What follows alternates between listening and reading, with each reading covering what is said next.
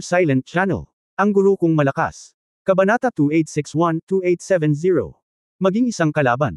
Sa katunayan, bago ito, hindi alam ni Lu Zuoxi at Luo Yushu kung anong antas ng paglilinang mayroon si Zhong Yuan. Nagkakilala silang lahat sa Heiwuling. Muli, ang kanyang kapatid na babae ay pumasok sa Heiwuling Mountains at nakatagpo ng isang mataas na antas na itim na halimaw. Nakasalubong nila si Zhong Yuan na dumadaan. Ito ay itinuturing na isang pabor ng tulong. Siyempre, tinawag itong pabor ng tulong dahil si Lu Zuoxi ay may paraan upang harapin ang sitwasyon noong panahong iyon. Kahit na hindi nagpakita si Zhong Yuan para tumulong, makakatakas sila ng kanyang kapatid na si Lu Yushu mula sa panganib. Pero kung tutuusin, tumulong naman ang kabilang partido. Ang pabor na ito ay dapat tandaan. Ngunit sa oras na iyon, ang magkabilang panig ay nagpaalam pagkatapos ng pasasalamat. Ngunit nang maglaon, sa hindi inaasahang pagkakataon ay nagkita silang muli sa bayan ng Heiwuling. Nalaman ni Lu Zuoxi na si Zhong Yuan at ang kanyang lingkod na si Yushu ay nakatira din sa bayan ng Heiwuling. Pagkatapos noon, pumupunta si Zhong Yuan upang makita sila paminsan-minsan. Sa totoo lang, hindi masama ang impresyon ni Lu Zuoxi kay Zhong Yuan. Not to mention na siya ay mukhang outstanding, ang mga salita at gawa ni Zhong Yuan ay maginoo. Bagamat madalas siyang pumupunta upang makita ang kanyang mga kapatid na babae, hindi siya kailanman gumawa ng anumang bagay na lampas sa mga hangganan o kahit na sinabi ang anumang bagay na wala sa linya. Itinuring ito ng dalawang panig bilang komunikasyon ng isang kaibigan, at madalas na pinag-uusapan lamang ang tungkol sa tao. Ang mga pananaw ni Zhong Yuan sa paglilinang ay lubhang nakaantig sa magkapatid. Bilang karagdagan, nalaman ni Lu Zuoxi na si Zhong Yuan ay isang practitioner ng mga multo at Diyos ng labas ng mundo, at ang kanyang paglilinang ay halos kapareho sa kanyang sariling direksyon sa paglilinang. Kaya hindi tumanggi si Lu Zuoxi na makilala si Zhong Yuan bilang kaibigan.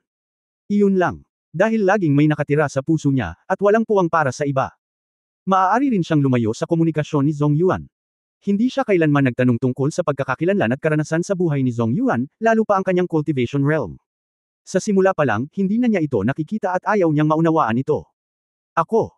Akala ni Zhong Yuan ay maaaring nasa tuktok ng kaharian ng Diyos na hari at Diyos na emperador, ngunit sino ang nakakaalam na ngayon ay sinabi niya ng personal na siya ay talagang nasa unang antas ng mga panuntunan ng langit na daw.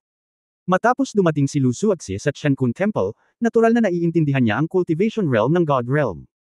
Hindi pa banggitin ang Heavenly Dao Rule Stage, kahit na ang unang yugto ng Heavenly Dao Realm ay kasing hirap ng pag-akyat sa langit. Ngayon, siya mismo ang nagsabi. Siyempre, nakita rin ni Lu Zuoxi na si Zhong Yuan ay tila nagpapakilala sa lahat, ngunit sa katunayan ang kanyang mga mata ay nakatuon kay Yang Yio. Dahil dito, medyo napahiya si Lu Zuoxi, sa takot na mag-away ang dalawa. Nang hindi binanggit si Yang Yio, sinabi niya na ang patnubay ni Zhong Yuan sa paglilinang para sa kanya at sa kanyang kapatid na si Lu Yushu ay isang pabor, kaya natural na hindi sila maaaring mag-away. Mas kilala niya ang kanyang kaaway. Sa bagay na ito, siya ay isang tumpok lamang ng lumang suka, at napakadaling maglabas ng maasim na amoy. Siya. Mabilis na tumayo at nagpakilala, hayaan akong magpakilala, ito ay. Bueno, nagpakilala si Zhong Yuan, kaya natural na kailangang magsimula si Lu Zuoxi kay Yang Yio. Sa sandaling ibukan niya ang kanyang bibig, pinutol siya ni Yang Yio. Haha, Yang Yian ang pangalan ko, ako si Zoshi at pinsan ni Yushu. Pagdating ko dito ngayon, narinig ko si Zoshi na nag-uusap tungkol kay Zhong. Sa sandaling ito, parang may alaala si Yang na parang gold pies. Huminto siya at sinabing, paumanhin, hindi ko alam ng malinaw ngayon. Ano ang pangalan mo, Zhong? Zhong Yuan. Ngumiti si Zhong Yuan at humawak ng bone fan, ngunit matikas siya at hindi galit. Bilang makapangyarihang Diyos, lalo na sa kanyang mga mata, si Yang Yian ay nasa parehong antas ng paglilinang gaya niya, kaya hindi niya maalala ang kanyang pagpapakilala. Ang lalaking ito, sinasadya, ngunit hindi mahalaga. Sinabi niya na pinsan siya ni Lu Zuoxi, kaya pinaniwalaan ko lang siya pansamantala. Oh, tama, Zhong Yuan, Kuya Zhong Yuan, narinig ko mula sa aking kapatid na babae na inalagaan mo sila ng husto. Salamat muli. Nakangiting sabi ni Yang, sinenyasan si Xuangying na bigyan siya ng upuan. Dahil ipinakita ng Zhong Kui na ito ang kanyang pagiging gentleman mamaya, hindi siya maaaring mahuli. Napansin niya na talagang ayaw ni Lu Zuoxi sa magandang batang ito.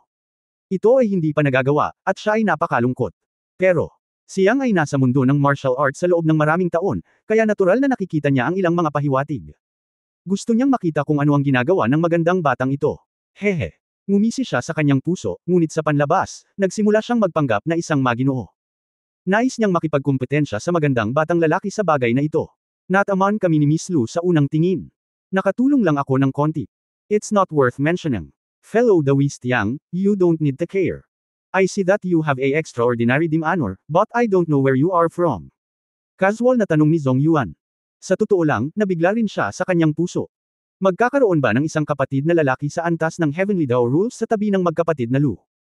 Daan-daang taon na ang nakalilipas, dinala niya si Uncle Yu sa Hayward Ridge at hindi sinasadyang nakilala ang magkapatid na Lu Suatsi na kinubkob ng Black Crow Monster. Matapos silang iligtas, nalaman niyang ang cultivation at pangangatawan ni Lu Suatsi ay halos kapareho ng kanilang ghost at god ways. Nalaman pa niya na si Lu Suatsi ay isang multo at Diyos na katawan na isa sa 1,000,000, kaya isinapuso niya ito. Pagkatapos ng ilang pakikipag-ugnayan, naging mas interesado siya kay Lu Suatsi. Sa orihinal, sa kanyang lakas, makukuha niya si Lu Suatsi ng walang anumang pagsisikap, ngunit hindi niya iyon gagawin. Dahil siya ang anak ng pinuno ng Northern Ghost World, isa sa 4 na dakilang tagalabas sa God Realm, at ang bagong pinuno ng Future Ghost World. Sa madaling salita, siya ang magiging pinuno ng hilagang bahagi ng God Realm. Napakataas ng kanyang katayuan. Ang kanyang panloob na pagmamataas ay hindi nagpapahintulot sa kanya na maging isang barbarian. Dapat may personality charm siya para makonquer ang babaeng gusto niya, para magustuhan siya ng babae from the bottom of her heart, kaysa gumamit ng brute force. Siya ay may pasensya at oras. Ang mga kababaihan lamang na maaaring masakop sa ganitong paraan ay kawili-wili. Walang babaeng hindi niya kayang habulin. Napaka-confident niya. Tungkol dito, si Lu Suatsi ay hindi lamang niya gusto, ngunit higit sa lahat, ang kanyang soul cultivation body ay perpektong tugma para sa kanya. Ang paglilinang ng magkabilang panig ay may malaking benepisyo para sa kanyang Ghost at God Road, at determinado siyang makuha ito. Labis na nagalit si Zhong Yuan na si Yang Yiu, na simple at masungit pagpasok niya, ay naniktik sa kanya at kay Uncle Yu, ngunit alam niya na hindi siya maaaring magalit sa harap ni Lu Suatsi. Hindi lang iyon, kailangan niyang maging mas mapagbigay, na maaaring kainin ng sinumang babae. Sa ganitong paraan, maaari siyang magmukhang matikas, habang si Yang Yian ay bastos at bastos. Ngunit hindi niya inaasahan na ang lalaking ito ay magsasabing pinsan siya ni Lu Suatsi. Hindi alintana kung paniniwalaan ito ni Zhong Yuan, kahit na siya ang humahabol kay Lu Suatsi, mayroon siyang kumpiyansa na durugan ang kabilang partido.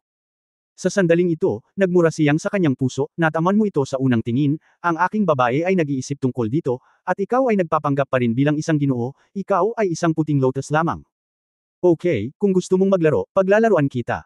Sa puso ni Yang, si Zhong Yuan ay itinuturing na isang kalaban sa lahat ng aspeto. Ngunit hindi pa rin niya alam ang background ng kabilang partido, kailangan pa niyang tingnan ito, at pagkatapos ay tatanungin niya ang Diyosa ng kulay. Ngayon gusto kong makita kung ano ang gagawin ng magandang batang ito. Matapos ngumiti ang magkabilang panig at magpanggap na magalang, ipinakilala din ni Lu Suatsi ang ibang tao sa isa't isa. Pagkatapos makaupo, tumingin si Zhong Yuan kay Lu Suatsi at sinabing, Miss Lu, nalaman ko na bukas ang pinakamagandang oras para makapasok sa Blackstone Forest. Pumunta ako dito ngayon para tanungin kung handa ka na ba at anyayahan kang sumama sa akin. Malapit nang makapasok ang kapatid mo. Hanggat makukuha niya ang Demon King Crystal sa Blackstone Forest, siguradong makakalusot siya. Kabanata 2862 normal na magkaroon ng pag-aaway. What the hell? Narinig ni Yang Yian si Zhong Yuan na nagsasalita at tumingin kay Lu Suatsi. Blackstone Forest. Imbitasyon. Matagal na itong inayos. Si Lu Suatsi ay tiningnan ni Yang Yian, ang kanyang mga mata ay medyo umiiwas, ngunit siya ay nagmamadaling nagpakilala. Tulad ng sinabi ng magandang batang si Zhong Yuan, sa mga salita ni Lu Suatsi, kahit na hindi siya imbitahan ni Zhong Yuan, papasok siya sa Blackstone Forest kasama ang kanyang kapatid na si Lu Yushu.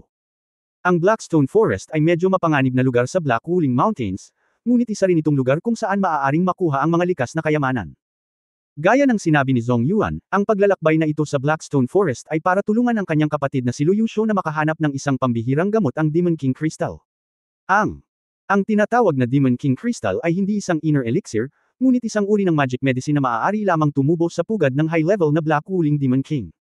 Ito ay isang magic na gamot na maaari lamang i-breed sa physis environment ng Black Wu Demon King. Bawat taon, ang Black Wu Demon King ay aalis sa pugad ng isang beses, at ang oras na ito ay ang pinakamagandang oras para makapasok sa pugad ng Black Wu Demon King at makuha ang Demon King Crystal. Hindi lang sila ang may planong ito. Maraming mga Diyos na pumunta sa Black Crow Ridge para sa pagsasanay ang papasok upang maghanap ng mga likas na kayamanan. Ang pugad ng Black Crow Demon King ay hindi lamang nagkaroon ng Demon King Crystal, kundi pati na rin ang iba pang natural na kayamanan. Ang lahat ay nakasalalay sa kung maaari nilang makuha ang mga ito. Ang bagay na ito ay talagang inihanda buwan na ang nakalipas. Sinabi rin ni Zhong Yuan na gusto niyang pumunta. Niyaya niya silang sumama, ngunit hindi siya pumayag o tumanggi. Sa hindi inaasahang pagkakataon, naalala pa rin ito ni Zhong Yuan. Pagkatapos makinig kay Yang Yian, pinaikit niya ang kanyang mga mata at sinabing, dahil nandito ako, sabay na tayo. Kung hindi tayo pupunta, hindi ba sayang ang kabaitan nitong munting? Daos na kaibigan na si Zhong Yuan. Mas mabuti kung makakasama tayo ng kaibigang tao na si Yang. Ang isa pang malakas na tao ay nangangahulugan ng isa pang lakas. Ang pugad ng Black Demon King ay matatagpuan sa kalaliman ng Black Crow Mountains. Bagamat nakaugalian na niyang umalis sa kanyang lungga taon-taon, hindi ito ganap na tiyak. Kaya't gumawa tayo ng deal. Paano kung sabay tayong aalis bukas? Sabi ni Zhong Yuan na may mahinang ngiti. Okay. Ang pag-uusap sa pagitan ng dalawa ay karaniwang walang puwang para sa iba pang makagambala. Hindi man nagsalita ang mga kasali, nakapagdesisyon na sila. Ngunit para kay Lu Zuozi at sa kanyang kapatid, natural ang sinabi ni Yang Yian. Para kay Zhong Yuan. Hehe, kumikislap ang mga mata niya, pero hindi ko alam kung ano ang iniisip niya. Ngunit palagi siyang nakikipaglaro kay Yang Yian sa sumusunod na chat. At siyang ang ganap na master dito, nakaupo sa pangunahing upuan, at si Lu Zuozi ay tahimik na sinasamahan siya, nagputol ng tsaa at nagbubuhos ng tubig. Nakakamanghalang ang eksenang ito. Kumukulo ang dugo ni Zhong Yuan, kaya pagkatapos ng ilang salita, tumayo siya at nagpaalam. The better for both parties, sabay silang papasok sa Blackstone Forest bukas. Magkita na lang tayo.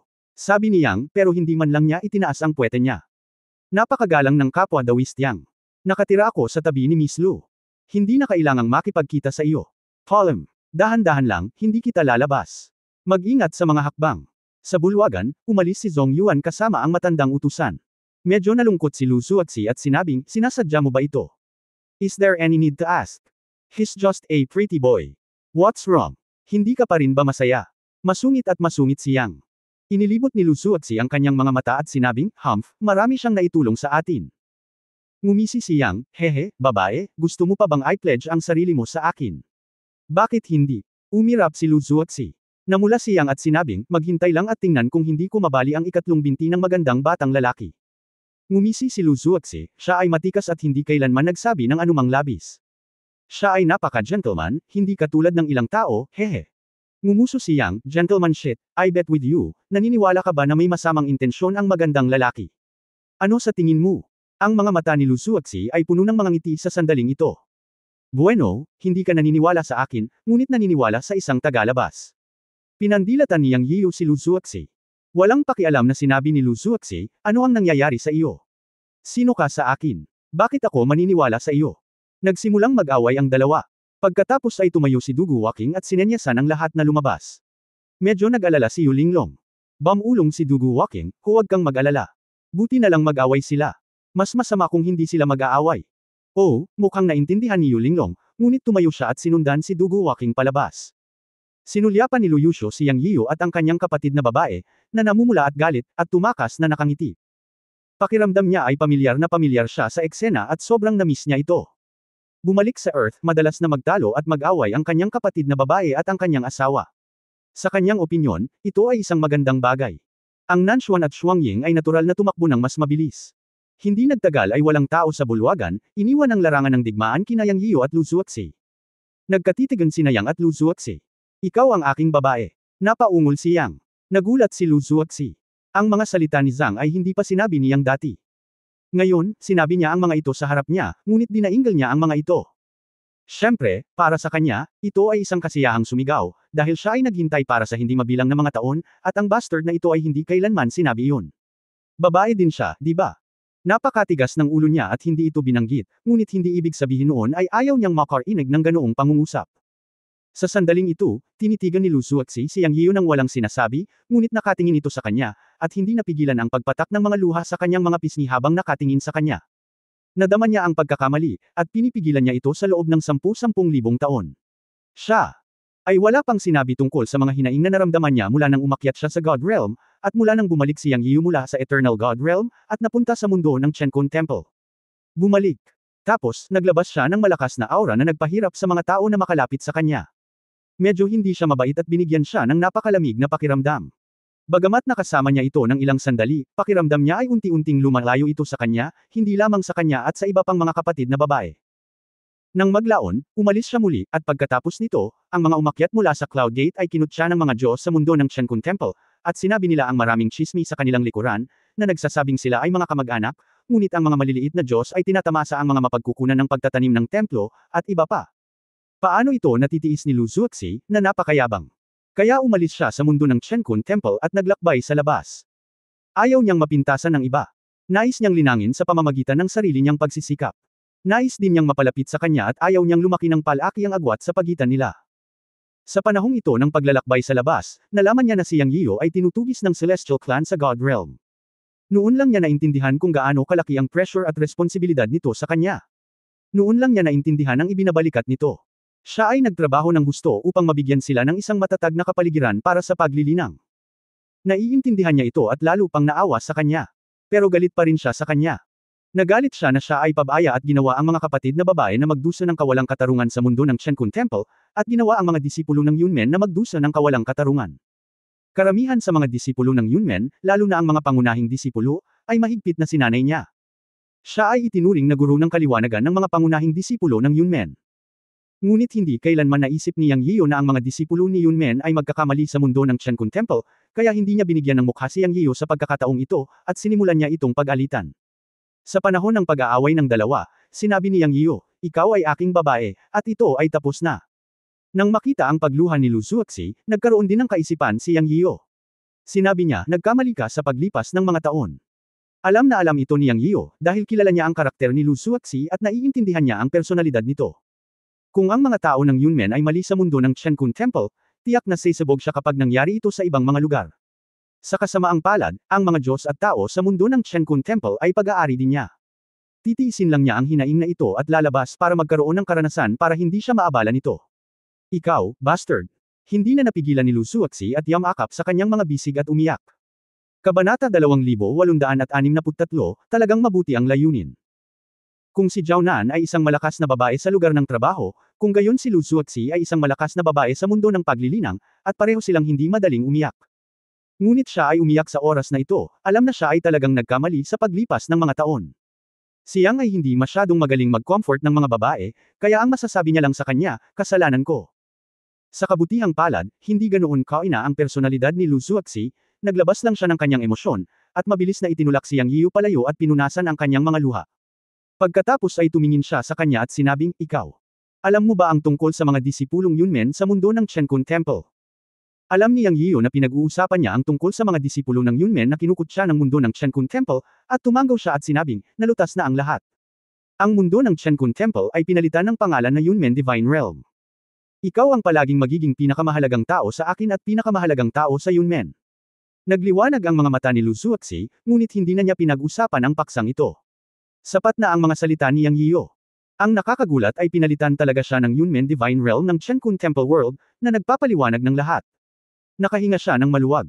Karamihan sa kanyang kawalang kasiyahan ay dahil naramdaman niyang naagrabyado at nagkasala para sa mga alagad ng Yunmen na umakyat sa langit. Hindi niya ito masyadong pinapansin. Pagkatapos ng lahat, maraming mga pangunahing disipulo ng Yunmen ang pinalaki niya. Ngayong sinabi ni Yang Yio na ito ay malulutas, wala nang magiging problema sa hinaharap. Tapos na ang bagay na ito, at wala na siyang hinanakit. Pagkatapos ng lahat, alam niya na hindi naging masaya si Yang Yio sa paglipas ng mga taon. Naiintindihan din niya ang kanyang pagkatao. May fatal magic nga ang lalaking ito para sa kanya. Siya ang uri ng tao na kayang gawing kaaway niya ang buong mundo sa maliit na bagay, tao, o pagkakaibigan. Ipinagmamalaki niya ang pagiging babae niya. Para kay Zhong Yuan, siya ay talagang gwapo, kaakit-akit, at may cultivation at status. Talagang siya ang lalaking Diyos sa mata ng hindi mabilang na mga Diyosa sa God Realm. Ngunit, talagang hindi siya ang ulam ng kanyang Lu Zuoxi. Ang kanyang lalaking Diyos ay palaging ibang tao. Ano? Mayroon sila sa pagitan nila ay hindi lamang ang mga damdamin sa pagitan ng mga lalaki at babae, kundi pati na rin ang karanasan ng pagpunta mula sa karaniwan patungo sa paglilinang, pagkatapos ay sa immortal, at pagkatapos ay sa Diyos. Walang sinuman sa mundo ang makapagbibigay sa kanya ng mga ito, tanging siya lamang ang may hawak nito. Para sa kanya, ang hitsura ni Zhong Yuan ay dahil sa direksyon ng paglilinang. Pagkarating niya sa God Realm, nawala ang direksyon niya sa cultivation at kinailangan niyang humanap ng paraan para malutas ito. Dahil sa hitsura ni Zhong Yuan, isang multo at Diyos, nakita niya ang direksyon, para makontak niya ito, at iyon lang ang naisip niya. Siyempre, may mga bagay na nararamdaman si Lu Zuoxi, ngunit hindi niya ito sinabi ng malakas, kaya hindi niya ito makita, ngunit ang kanyang perception ay hindi magsisinungaling sa kanya, tulad ni Zhong Yuan. Ano ang tingin mo kay Zhong Yuan? Tanong ni Lu Zuoxi pagkatapos ng lahat. Sa maraming pagkakataon, talagang naniwala siya kay Yang Yio. Alam din na nagseselo si Yang, at lihim siyang natutuwa tungkol dito. Ngunit hindi niya ito ipapakita. Alam niya na kahit na si Yang ay hindi mapagkakatiwalaan sa maraming bagay, siya ay may magandang mata para sa mga tao, hindi pa banggitin na siya ay isang tao pa rin na nagsasanay ng mga patakaran ng langit na Dao, at maging ang kanyang pangunawa ay mas malakas kaysa sa ordinaryong tao. Dahil nagpakita siya ng nakatagong puot kay Zhong Yuan, nangangahulugan ito na may problema si Zhong Yuan. Kaugnay nito, naniniwala si Lu Zuoxi na hindi lang nagseselo si Yang, at hindi siya ganoon. Ate, kuya, feeling ko gusto kang sunduin ng magandang lalaki, hindi siya mabuting tao. Sabi ni Yang na may napakawalang kwenta at mapaglarong ngiti. Magsalita ng wika ng tao. Sinaman siya ng tingin ni Lu Zuoxi. Bueno, ang aking intuition ay nagsasabi sa akin na si Zhong Yuan, ang magandang batang iyon, ay napakamatuwid sa sarili, at ang kanyang kayabangan ay maaaring mas malakas kaysa sa akin. Ang pagnanais na akitin ka ay isa lamang sa kanyang motibo, at siya ay may mas malalim na pukana. Baka gusto niyang makuha ang tao at ang pera. Tungkol sa tao, nakikita niya na ikaw ay isang top-notch na paraan, hehe, ikaw ay mga diyosa, hehe. Kaluluwa, at ang iyong pisikal na talento ay espesyal, na marahil ang pinakadakilang kayamanan, syempre, ito ay nasa mata ng magandang batang iyon, dahil nililinang niya ang paraan ng multo at ng Diyos. Sabi ni Yang Yiyo na may singkit na mga mata, ngunit sa pagkakataong ito ay seryoso ang kanyang mga mata. Nag-alinlangan si Lu Zuoxi at sinabing, hindi naman ganoon kakomplikado, di ba? Haha, ate, huwag kang masyadong walang muwang. Ang magandang batang iyon ay nagsisinungaling sa iyo mula pa noong una. Siya ay isang makapangyarihang tao sa unang antas ng Heavenly Dao Rules, at ang matandang lingkod sa tabi niya ay kahit isang third level na Heavenly Dao Rule na pag-iral. Dahil palagi niyang ipinapakita ang kanyang marangal na background at matuwid na personalidad, bakit hindi niya sinabi sa iyo ang kanyang background at lakas sa simula pa lang? Matagal nang nakita niyang ang lahat, kaya noong ipinakilala niya ang kanyang sarili, sinabi niya na siya ay pinsan ni Lu Zuoxi. Dahil gustong umarte ng pretty boy, sisibayan niya ito sa pag-arte. Gusto niyang makita kung ano ang ginagawa ng magandang bata. Ako, hindi ko siya tinanong ng mga bagay na ito, pagtatalo ni Lu Zuoxi sa gilid ng kanyang bibig. Sa katunayan, sumang-ayon na siya sa mga salita ni Yang Yiyo sa kanyang puso. Sa katunayan, kung talagang kasing gentleman at tuwid si Zhong Yuan sa kanyang hitsura, hindi niya itatago sa kanya ang kanyang pagkakakilanlan at cultivation, ngunit hindi niya sinabi sa kanya hanggang sa nagpakita si Yang Yiyo ngayon, na pinipilit siyang ibunyag ang mga detalye. Natawa si Yang Yiyan at sinabing, kailangan mo bang magtanong ng ganyan? Kung ako yun, tiyak na hindi ko itatago ang katayuan ng cultivation ko kung makikipagkaibigan ako sa sinuman. Bakit si Xiao Bilianzi, isang makapangyarihang tao? Sa unang antas ng Heavenly Dao Rules, gusto mong makipagkaibigan sa isang maliit na Diyos na tulad mo. Naaakit ba talaga siya sa kagandahan mo? Bilang isang makapangyarihang tao sa antas ng Heavenly Dao, anong Diyosa ang hindi niya makukuha? Naniniwala ka ba na may libu-libong Diyosa kung siya ay sumigaw? Naakit man siya sa kagandahan mo, pwede ka na lang niyang bawiin para maging asawa, at siguradong hindi ka makakalaban. Ngunit hindi iyon ginawa ni Xiao Bilianzi. Sa halip, pinili niyang ibenta ang kanyang pagkatao at ipinakita ang kanyang personal na alindog sa harap mo. Kaya sinabi ko na mas mayabang si Xiao Bilianzi kaysa sa akin. Nais niyang lupigin ka gamit ang kanyang personal na alindog at hayaan kang sumunod sa kanya ng kusa. Siyempre, para sa isang makapangyarihang tao sa antas ng Heavenly Dao, hindi na mahalaga ang kagandahan. Ang iba ay masasabi lamang na kapalaran. Siya ay naaakit sa iyong kayamanan, anong uri ng kayamanan ang maaari mong taglayin? Magic Stone. Magic Pill. Salamang kagamot. Hindi ito magiging malaking bagay para sa isang taong nasa antas ng mga panuntunan ng Heavenly Dao at tila may malakas na background. Kaya, ang pinakamahalagang kayamanan sa iyong katawan ay isa lamang. Lumawak ang boses ni Yang Yiyo nang sabihin niya ito, at walang follow-up. Habang nakikinig si Lu Zuoxi sa kanyang pagsusuri, bagamat hindi ito masyadong makatwiran, ngunit kapag pinag-isipan niyang mabuti, ito talaga ang nangyari. Gayunpaman, bago matapos magsalita si Yang, nag-aalala siyang nagtanong, ano kaya ito? Hindi mo ba nahulaan? At tinanong mo ako, biro ni Yang Yiyo. Hulaan nga ito ni Lu Zuoxi, ngunit nag-aatubili siyang paniwalaan ito, ngunit alam niya sa kanyang puso na ang mga butas ni Yang Yiyo ay maaaring 9 sa 10. Natahimik siya saglit, at sinabing may malungkot na mukha, ang ibig mo bang sabihin ay gustong magplano ni Zhong Yuan laban sa aking kaluluwa? Oo, bukod sa kaluluwa mo, wala talaga akong ibang maisip tungkol sa iyo maliban sa iyong kagandahan na karapat-dapat sa isang makapangyarihang tao na naghahari sa langit upang gumawa ng lubos na pagsisikap upang lumikha ng isang maginoong katauhan upang mapalapit sa iyo. Huwag kalimutan na ang magandang batang lalaki ay ang paraan ng mga multo at Diyos, at ang paraan din ng kaluluwa. Siguro. Sayang naman mag-assumption. Ang magandang batang lalaki ay magkakaroon ng ilang lihim na paraan para kusang loob kang sumunod sa kanya, at pagkatapos ay nakawin ang iyong kaluluwa, at pagkatapos ay gagawa siya ng isang mahusay na pag-unlad sa kanyang paglilinang. Haha, ito ay talagang may mabuting layunin. Napapatay si Yang Yiyo sa pagtatapos ng kanyang mga salita. Kabanata 2864 na huwag magalit kung kaya mo. Kakaiba kung hindi galit si Yang Yiyan. Ang magandang batang lalaki ay naglakas loob na magplano laban sa kanyang babae, pagod na siyang mabuhay. Siyempre, hindi naman nagalit siyang on the spot, but chose to act, natural may ibang dahilan. Una, gusto niyang makita kung ano ang ginagawa ni Zhong Yuan, ang magandang batang lalaki. Kung ito man ay nahulaan niya, siya ay nagbabalak laban sa kaluluwa ni Lu Zuoxi. Pangalawa, ang kagandahang loob ay katumbasan. Dahil ang magandang batang lalaki ay gustong magplano laban kay Lu Zuoxi, huwag mo siyang sisihin, pagkatapos ay malalaman niya ang paraan ng paglilinang ng paraan ng mga multo at Diyos mula kay Zhong Yuan, at ibibigay ito kay Lu Zuoxi bilang sanggunian. May isa pang problema, siya mismo ay hindi naiintindihan ang paraan ng mga multo at Diyos, at narinig lamang ni Yu Linglong ang apat na pangunahing panlabas na paraan. Para sa mga tao at bagay na hindi niya naiintindihan, ang ugali ni Yang Yian ay mag-obserba at umunawa muna. Sa wakas ay tinalo niya ang malalakas na lalaki ng 33 langit ng makalangit na angkan sa isang panahon ng kalmado, at mas mabuting subukang huwag gumawa ng mga kaaway pansamantala. Siyempre, ang maagang yugto na ito ay pagkatapos niyang maunawaan ang kabilang partido, depende sa sitwasyon. At saka, si Zhong Yuan, ang magandang batang lalaki, ay hindi nagpakita ng anumang puot sa kanya. Isa-isang hakbang niya ito. Siya, gagawin. Bumalik at tanungin ang Diyosa ng mga kulay upang malaman kung ano ang impyerno ng Ghost World. Sa ngayon, maghihintay siya. Hindi ba inimbitahan ni Zhong Yuan si Lu Zuoxi at ang kanyang kapatid na pumunta sa Blackstone Forest? Pumayag naman silang sumama kaya tere na. Naramdaman niya na kung may gagawing kakaiba si Zhong Yuan, maaaring nasa Blackstone Forest iyon. Inaabangan niya ito. Ano ang susunod mong gagawin? Tanong ni Lu Zuoxi kay Yang Yiyo. Dahil nandito si Yang Yiyo, makikinig siya sa kanya. Ano na naman, hehe, bumabiyahe na ako dito, medyo pagod na ako, bakit hindi muna tayo magpahinga, at bukas na natin pag-usapan?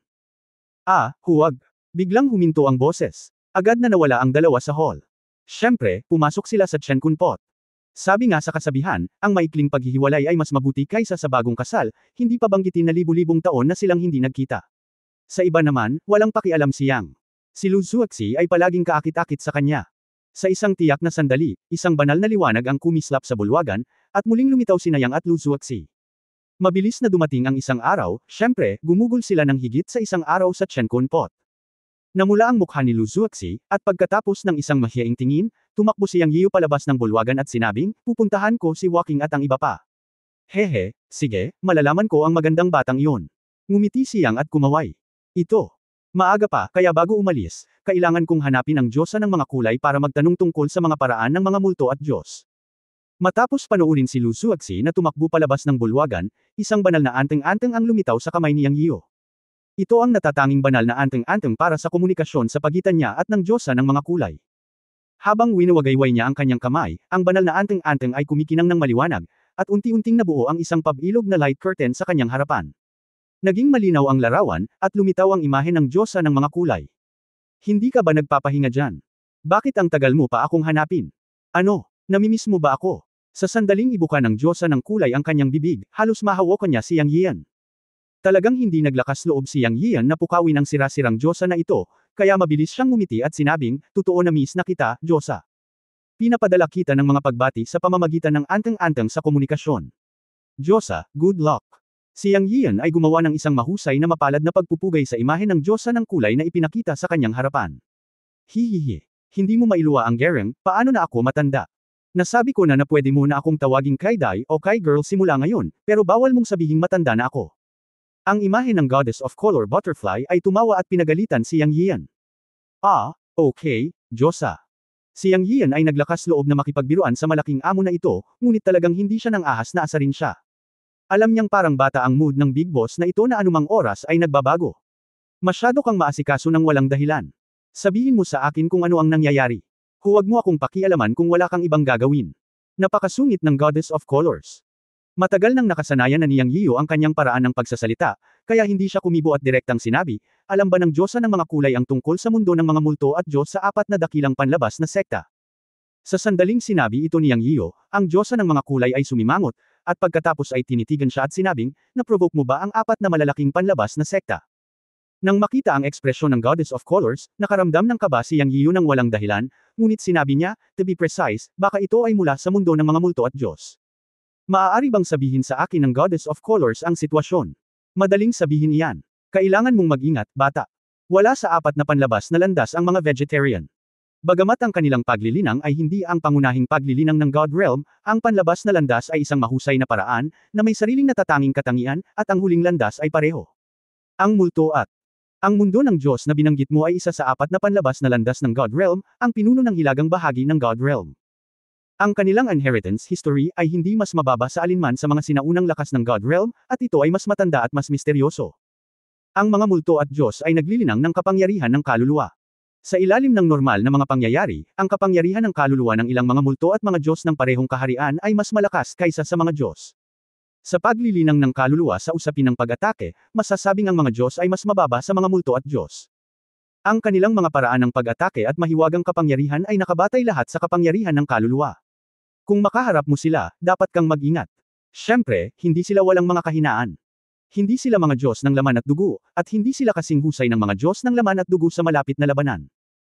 Kung lalaban ka sa mga multo at Diyos, kailangan mo munang protektahan ang iyong sariling kaluluwa at bantayan ang dagat ng mga Diyos. Sa ganitong paraan, hindi ito magiging malaking problema. Siyempre, kung makatagpo ka ng mga multo at Diyos na mas malakas kaysa sa iyo, kailangan mong tumakas, tulad ng mga multo at Diyos sa antas ng hidaw, mas mababa ka sa kanila. Nagbabala ang Diyosa ng kulay kay Yang Yiyo. Tumanggo si Yang Yiyan upang ipahiwatig na nabanggit na niya ang lahat. Ang mga ito ay karaniwang nasa loob ng kanyang mga inaasahan. Ang gusto niyang malaman ay ang background ni Zhong Yuan.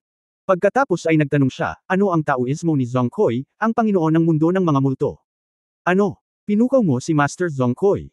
Tumaas ng ilang decibel ang boses ng Goddess of Colors. Sa wakas ay nakadama ng kaunting pagkabalisa si Yang Yiyan. Tila kilalang kilala ang pangalan ni Zhong Koi sa Diyosa ng mga kulay, at hindi siya isang ordinaryong tao. Anong level siya? Malamang. Siya ay isang makapangyarihang tao sa antas ng hidaw, tama ba? Kung hindi, paano niya magagawang mawala ng boses ang Diyosa ng mga kulay? Alam mo, ang Diyosa ng mga kulay mismo ay isang banal na paraan. Tila siya ay isang tunay na makapangyarihang pag-iral. Buti na lang at hindi niya anak si Zhong Koi. Mapait na ngumiti si Yang Yiyan at sinabing, hindi naman, pero baka magalit ka sa anak ni Zhong Koi. Sabihin mo lang sa akin, ganoon ba kalakas si Zhong Koi? Nang marinig ni Yang Yiyan na sinabi ni Yang Yiyan na hindi niya pinukaw si Zhong Koi, halatang gamaan ang loob ng Diyosa ng mga kulay, at pagkatapos ay nagsabi, tandaan mo lang, huwag mong guluhin si Zhong Koi. Malalaman mo kung anong klaseng malakas na tao siya sa hinaharap. Wala kang magandang maidudulot na malaman mo ito ngayon, at dadagdag lang ito sa iyong mga problema. Isa lang ang sasabihin ko sa iyo ng Panginoon ng Diyos na si Zhong Koi. Realm, at ang iba pang tatlong tagalabas ay pareho, na nagbabantay sa apat na direksyon ng God Realm ayon sa pagkakabanggit. Lahat sila ay higanti, at hindi naman sila mas mahina kaysa sa pinakamalakas na tao sa pangunahing God Realm. Dapat mong subukang huwag pukawin ang kanilang mga anak, kaya subukang pukawin sila hanggat maaari. Kabanata 2865 ang pagkalkula ni Zhong Yuan. Nagulat si Yang Yiyan matapos itong marinig. Ito ba ang sinabi ng dating Saint Dao? Ano ang ibig sabihin nito? May mga sagot na siya sa isip niya. Pero, nasa isip din niya ang mga sagot kung ano ang gagawin. Pagkatapos mag-isip tungkol dito, tinanong niya ang Diyosa ng mga kulay, ang Panginoon ba ng mga ghosts at mga Diyos na si Zhong Koi ay isang santo daw?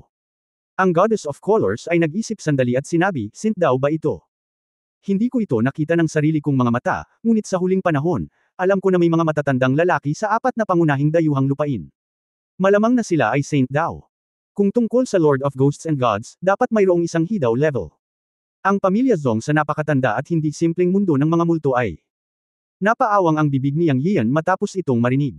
Nangangahulugan ito na may mataas na posibilidad ng isang Saint daw sa Ghost World, at ang Panginoong Zhong Koi ay nasa antas ng hidaw.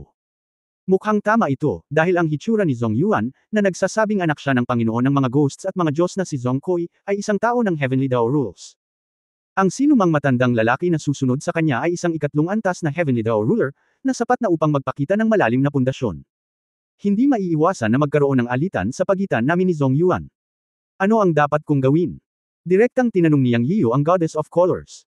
Napakasimple ng pangungusap na ito. Ngunit seryoso niyang tinanong ito, at hindi niya itinuring na tagalabas ang Diyosa ng mga kulay. Sinulyapan ng Goddess of Colors si Yang Yiyo at nag-isip na sinabi, ito ay hindi maiiwasan, gawin mo lang. Huwag kang masyadong mag-alala. May kasunduan sa pagitan ng apat na Outer Masters at ng pangunahing Cultivation World. Imposibleng madaling makapasok sa pangunahing Cultivation World. Kasunduan. Anong kasunduan? Curious na tanong ni Yang Yiyo. Malalaman mo ito mamaya. Sa madaling salita, kailangan mo lang malaman na ang Master ay hindi maaaring tumapak sa teritoryo ng pangunahing Cultivation World kung gusto, kung hindi, ang ilang matatandang lalaki sa God World ay lalabas. Sabi ni Goddess of Colors. Tumanggo si Yang Yiyo at naunawaan. Pagkatapos mag-isip tungkol dito, muli siyang nagtanong, paano ang tatlo pang pamilya? Ang tatlong iba pang pamilya ay hindi gaanong naiiba sa mundo ng mga multo, kaya't huwag mo nang tanungin ang tungkol dito. Asikasuhin mo muna ang iyong sariling mga gawain. Kung hindi mo kayang pangasiwaan ang iyong sariling mga gawain, magtatanong ka pa rin tungkol sa iba pang mga bagay. Ang 33 Heavenly Palaces ng Celestial Clan lamang ay sapat na para sa iyo. Ang Supreme Emperor ay hindi ganoon kadaling makipaglaban kay Dawn. Reminding you, wala akong oras para linisin yang puweten mo. Nawala ang imahe ng Diyosa ng mga kulay habang nagsasalita.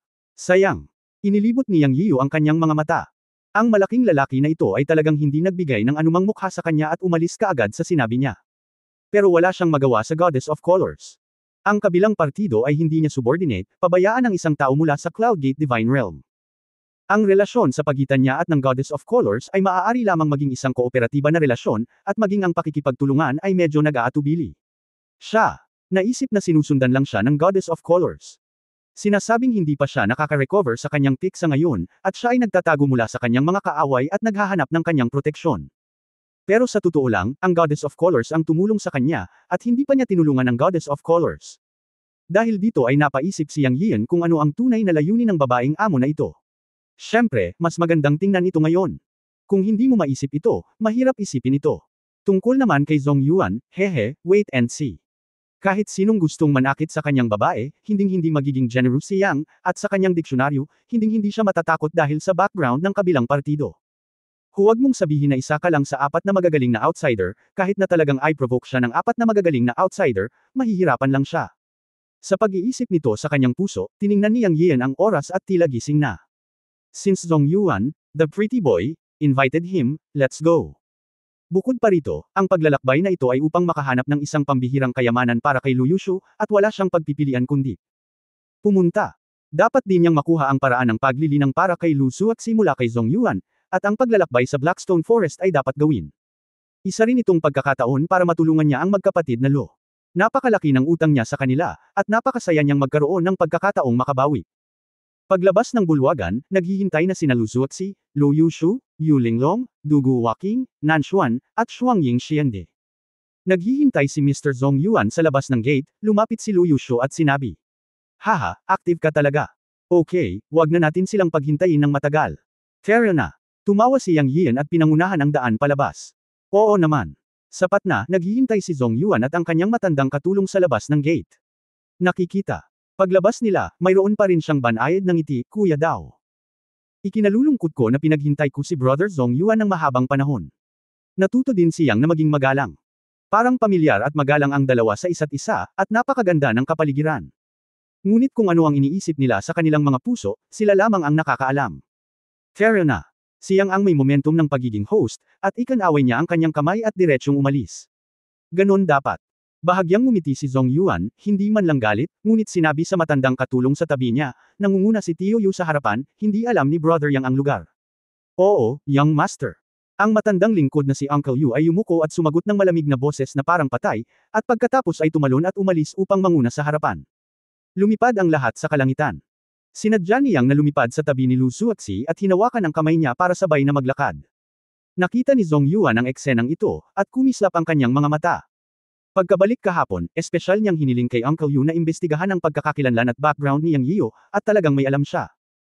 Noong una, pinaplano niyang hindi ibigay kay Yang Yiu ang mukha mula ngayon, ngunit alam niya na si Yang Yiu ay ang inapo ng Chen Kun God, at nakipag-away siya sa 33 Heavenly Palaces of the Celestial Clan sa loob ng 10,000 taon, at siya ang may kapangyarihan. Kaya kinailangan ni Zhong Yuan na mag-ingat. Ngunit determinado siyang kunin si Lu Zuoxi, dahil ang paraan ni Lu Zuoxi sa paglinang ng Yuanshen ay napakatugma sa kanya. Kung nakuha niya ang babaeng ito, tiyak na mas malalayo pa ang kanyang kultibasyon. Noong una, iniisip niya na dahan-dahan, habulin ang puso at mga tao ng babaeng ito, at ibalik siya sa mundo ng mga multo, para maging masaya siya, pero iba na ngayon. Matapos magpakita si Yang Yiu sa kalagitnaan, alam ni Zhong Yuan na kailangang ayusin ang plano. Ito ay hindi makatutuhan ang gustong makuha si Lu Zuoxi ayon sa gusto niya. Bilang inapo ng Chen Kun Temple, siya rin ang pinakamataas na Diyos ng kontemporaryong panahon. Nakikita niya na ang relasyon ni Yang Yiu at Lu Zuoxi ay tiyak na hindi isang pinsan. Nang makita silang lumilipad na magkahawak kamay, nakita ni Zhong Yuan ang lamang sa mga mata ni Lu Zuoxi, at ang hindi maipaliwanag na apoy sa kanyang puso. Nagpasya siyang direktang hanapin ang kaluluwa ni Lu Zuoxi para sa paglilinang. Kung tungkol sa lokasyon, ang Blackstone Forest Demon King's Lair ay isang magandang lugar, at may paraan para manatili si Yang Yiu doon. Sa isip ni Zhong Yuan, si Yang Yiu ay may parehong kultibasyon sa kanya, ngunit tiyak na hindi siya ang kanyang kalaban. Mayroon din siyang Uncle Yu, na nasa ikatlong antas ng Heavenly Dao, sa tabi niya, habang si Yang Yiu ay mayroon lamang ang babaeng nagngangalang Yu Linglong, na nasa primary level ng Heavenly Dao, at hindi dapat banggitin. Ang kaluluwa ni Lu Zuoxi, ang puot na si Yang Yiu at ang mga babaeng nakapaligid sa kanya ay nasa kanyang mga kalkulasyon. Ngayon kailangan na lang niyang maghintay para makapasok sa Demon King's Lair. Kabanata 2866, Lair Entrance. Nandito na tayo. Sabi ni Uncle Yu sa harap at lumipad pababa. Tumingin sa ibaba si Yang Yiu at nakitang itim ito. Ngunit kung titingnang mabuti, makikita mo ang mga malalaking puno na nakatayo sa lupa, na talagang ang pangalan ng Blackstone Forest. Matapos malaglag, ang mga puno ng itim na bato na ilang metro o kahit daan-daang metro ang taas ay tila umabot sa langit. Gayunpaman, nang pumasok siya upang mag-obserba, nalaman ni Yang Yiu na hindi ito isang bato, ngunit isang kakaibang itim na puno, ngunit ito ay kasing tigas ng isang bato. Ito ay orihinal na itim, at tila napakadilim at medyo madilim pagkatapos pumasok. Nasaan ang pugad ng hari ng demonyo? Tanong ni Yang Yiu kay Zhong Yuan. Kuya, huwag kang mag-alala. May pader ng bundok 30 milya ang layo mula rito. Ang pugad ng itim na uwak na demonyong hari ay nasa kalahati ng bundok. Nawala si Zhong Yuan at nagpaliwanag. Kung gayon, bakit hindi na lang tayo lumipad doon? Bakit mag-abala sa paglanding? Hulaan talaga ni Yang Yiu na dapat may dahilan. Sinadya lang niyang makipagtalo kay Zhong Yuan. Sa sandaling ito, natural na napanatili nilang dalawa ang kanilang tamang kilos. Para sa magkabilang panig, hindi ito ang oras upang punitan ang mukha ng isa't isa. Para kay Zhong Yuan, ang oras ng pagpunit sa mukha ng isa't isa ay nasa lungga ng Demon King. Si Yang Yiu ay ganap na naghihintay kay Zhong Yuan na kumilos, o maghintay hanggang makuha niya ang kristal ng Demon King. Anyway, hindi naman siya nagmamadali. Sinabi sa kanya ng kanyang intuition na si Zhong Yuan ay may napakalaking problema. Simula ngayon, kailangan na niyang mag-ingat. Bagamat hindi niya sineseryoso si Zhong Yuan at ang kanyang matandang lingkod, dapat siyang maging maingat. Malaki ang posibilidad na tumaob siya sa kanal. Nagpadala pa siya ng mensahe sa iba na maging mapagmatsyag at maging maingat na bantayan si Zhong Yuan at ang kanyang lingkod. Maliban kay Lu Zuoxi, lahat ay sumang-ayon at ipinatupad ang mensahe ni Yang Yiu. Bagamat alam din ni Lu Zuoxi na may katuturan ang pagsusuri ni Yang Yiu, mayroon pa rin siyang magandang impresyon kay Zhong Yuan sa kanyang puso, dahil mula nang makilala niya si Zhong Yuan hanggang ngayon, palagi siyang tinutulungan ito. Ito ay maaaring isang uri ng kabaitan sa kanyang puso. Siyempre, natural na nakikinig siya sa mga salita ni Yang Yiu. Pagkatapos ng lahat, siya ay isang matandang lalaki din sa mundo, at tama na maging mas maingat. Ngumiti si Zhong Yuan at ipinaliwanag kay Yang Yian, Brother Dao, hindi mo alam na may hindi mabilang na Black Leeches sa buong Black Wuling Mountains. Bagamat hindi pa natin sila nakikita ngayon, kapag nakatagpo natin sila, lilito sila sa mga grupo. Magiging napakahirap sa oras na iyon. Mas ligtas na maglakad sa lupa. Nakikita ko, si Brother Dao Zong ay talagang may kaalaman. Sabi niyang in a perfunctory way. Ito ang lahat ng nakita at narinig ko sa aking pagsasanay. Kapatid na Dao Yang, patawarin mo sana ako, kumikislap ang mga mata ni Zhong Yuan habang nakikipag-usap kay Yang Yian. Mukhang nagsasanay si Brother Dao Zong kung saan-saan. Maaari mo bang sabihin sa akin kung saan nag-training si Brother Dao Zong? Nagsimulang magtanong si Yang Yian. Nagkwentuhan at nagtatawanan ang dalawa habang naglalakad. Maaaring isipin ng mga taong hindi nakakaalam na ang dalawa ay isang pares ng mabuting kapatid. Ngunit sila lamang ang nakakaalam kung ano ang nangyayari. Natapakan ko ang lahat ng direksyon ng God Realm. Sabi ni Zhong Yuan na may mahinang ngiti. Sinabi ni Yang Yian na hinahangaan niya siya, ngunit hindi siya sumang-ayon sa kanyang puso. Ang yabang niya talaga. Casual na nag-uusap ang dalawa. Sinundan sila ng iba at nagpatuloy sa pagsulong. Makalipas ang halos isang oras, sa wakas ay nakarating na rin sila sa kanilang destinasyon. Nasa itaas ang pugad ng itim na demonyong hari. Mag-ingat ka. Bagamat ngayon ang araw kung kailan aalis ang hari ng demonyo sa pugad, hindi namin alam kung sinasadya mo talaga. Ang mga salita ni Yang Yian ay malinaw na sinabi sa iba. Ngumiti si Zhong Yuan at sinabing, huwag kang mag-alala, kapwa Daoist Yang, hiniling ko kay Uncle Yu na suriin. Ang hari ng demonyo ay matagal nang umalis sa pugad, kung hindi ito masyadong tahimik dito. Umakyat tayo, Yang Yian. Sumulyap kay Zhong Yuan ngunit hindi nagsalita, ngunit minisyon niya ang kanyang puso, hindi ako naniniwala sa iyo. Kung ang hari ng demonyo ay umalis sa pugad o hindi, nang ahas siyang lumapit at subukan, ngunit hindi siya naniwala sa mga salita ni Zhong Yuan. Ngunit sa pagkakataong ito ay tumingin sa kanya si Yang Yian, nalaman niyang nakatingin talaga sa kanya ang lalaking ito, ibig sabihin ay wala talaga siyang sinabi, baka umalis talaga ang hari ng demonyo sa pugad gaya ng sinabi niya. Pero palagi kong nararamdaman na may mali. Matapos kong hindi maisip, hindi na umalis si Yang Yian. Kukunin ko ito ng isang hakbang sa isang pagkakataon. Kung dumating ang kalaban, haharange ng general ang tubig at tatakpan ito ng lupa. Hindi niya kaya. Ang isang maliit na puting mukha ay maaaring baligtarin ang mundo. Ang daan paakyat ay isang malaking puno, paikot-ikot at sapat na kapal upang patakbuhin ito ng isang karwahe. Dumiretso ito sa gitna ng bangin, kung saan mayroong isang malaking kuweba, na parang isang halimaw na nakabuka ang bibig na naghihintay sa mga taong makapasok. Ito ay medyo nakakatakot. Umakyat na tayo, sabi ni Yang Yiyo. Sa oras na ito, ang Twin Shadow God Emperor at Nanzuan ay tumalon palayo kasama ang dalawang wushis, at direktang sinundan ang malaking black stone tree sa pasukan ng kuweba. Diyos ko, ayos lang. Ang tinig ng Twin Shadow God Emperor ay nagmula sa itaas. Nangangahulugan ito na walang abnormalidad.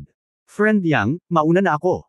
Sabi ni Zhong Yuan, at siya at ang matandang katulong ay tumalon, at direktang dumaong sa pasukan ng kuweba na libu-libong metro ang taas. Posible bang nag-o-overthink ako? Sabi ni Yang Yian sa sarili. Ano? Lumapit si Yu Linglong at nagtanong. Oh, wala, ano sa tingin mo sa lugar na ito? Tinanong niya si Yu Linglong para sa kanyang opinyon.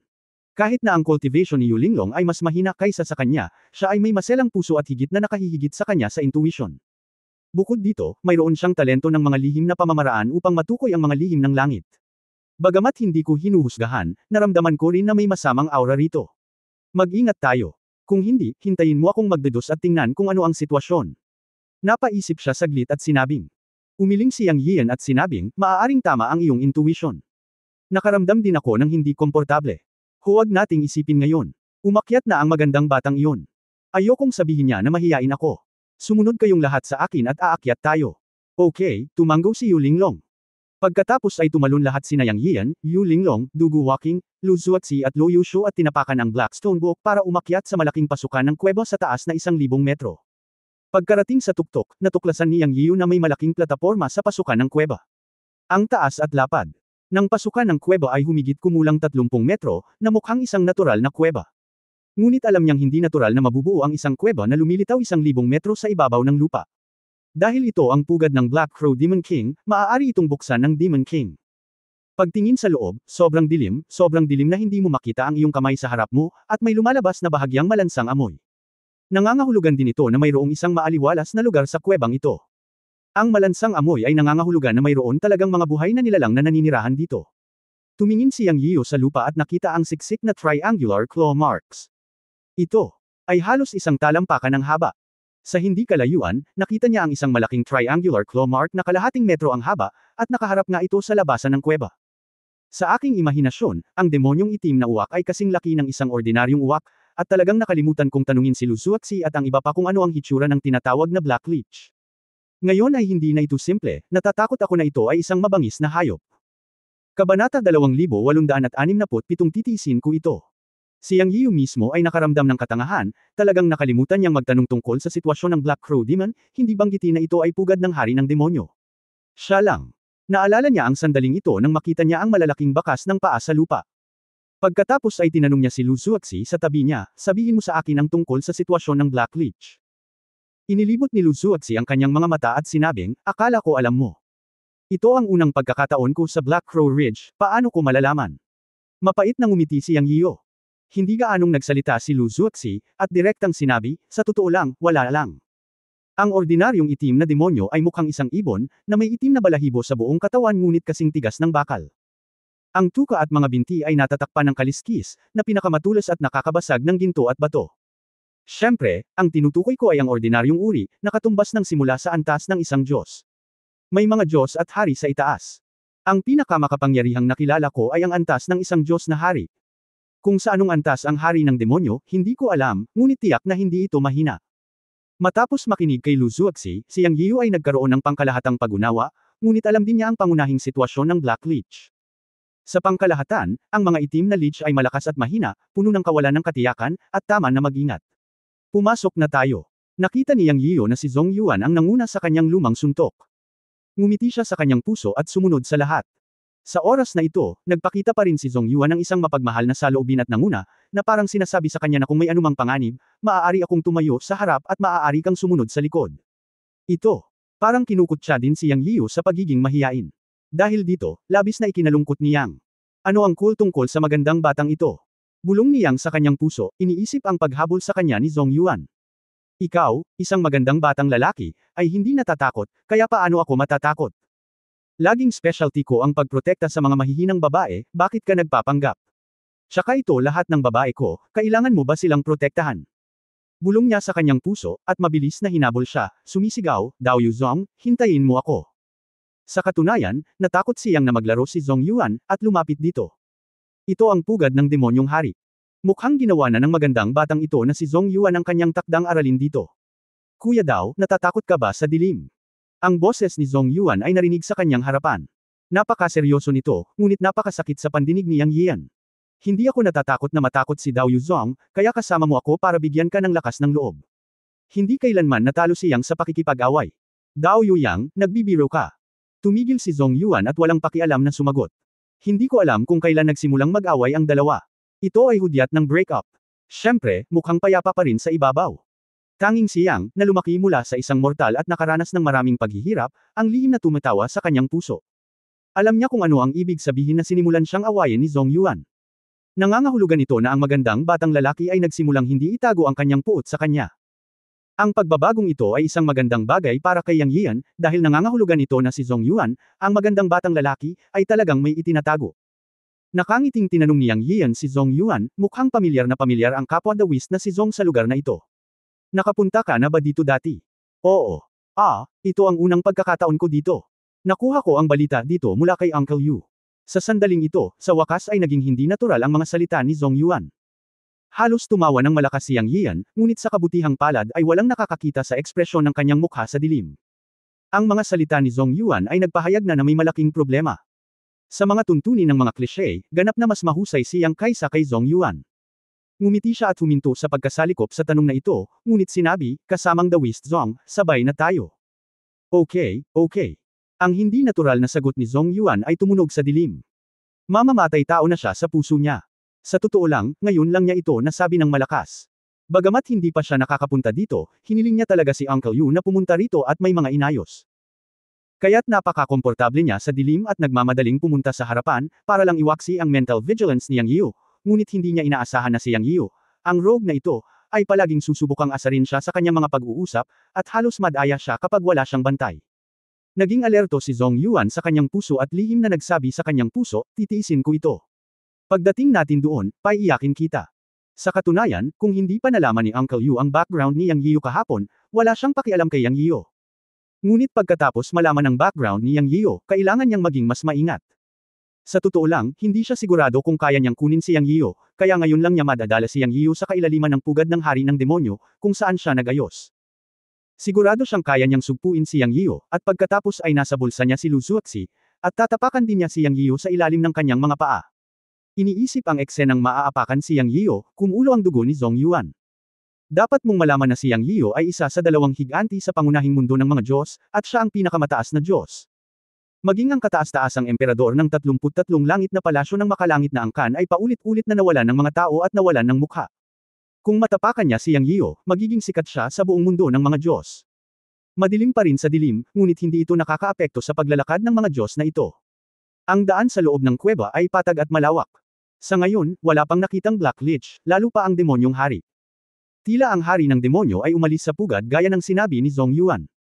Matapos umalis ang hari ng demonyo sa pugad, natural na dadalhin niya ang hindi mabilang na maliliit na demonyo kasama niya.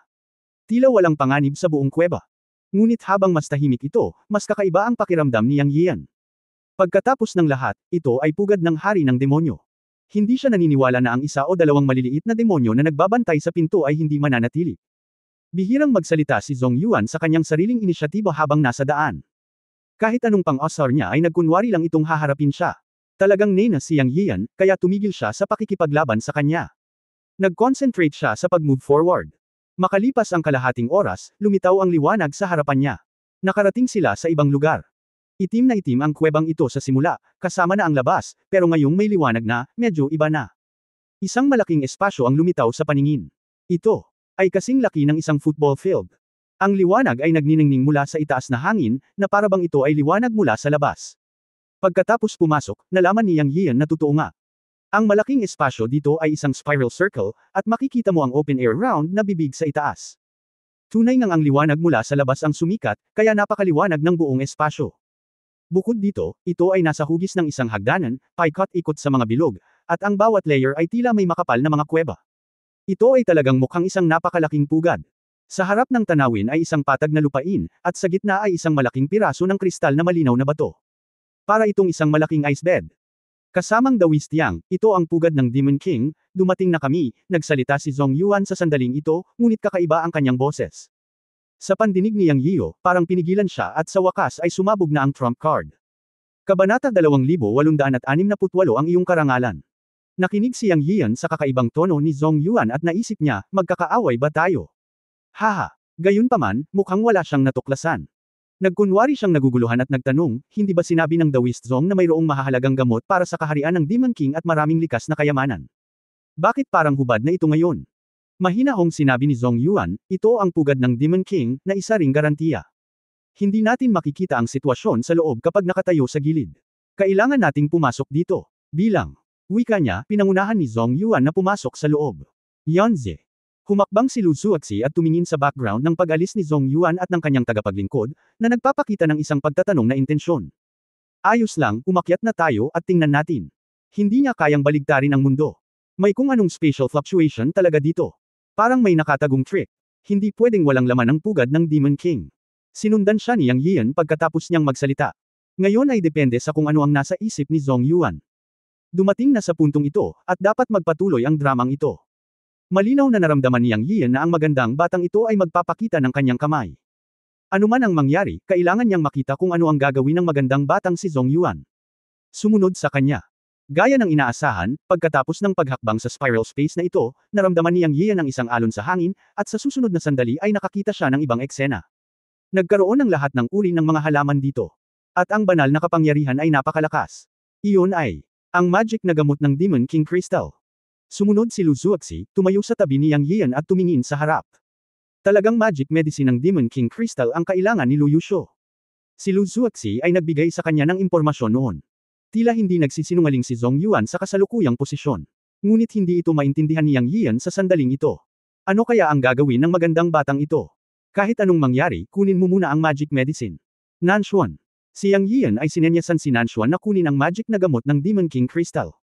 Oo, Diyos. Kinuha ni Nanshuan ang order at dumiretso sa mahalagang gamot ng Demon King Crystal.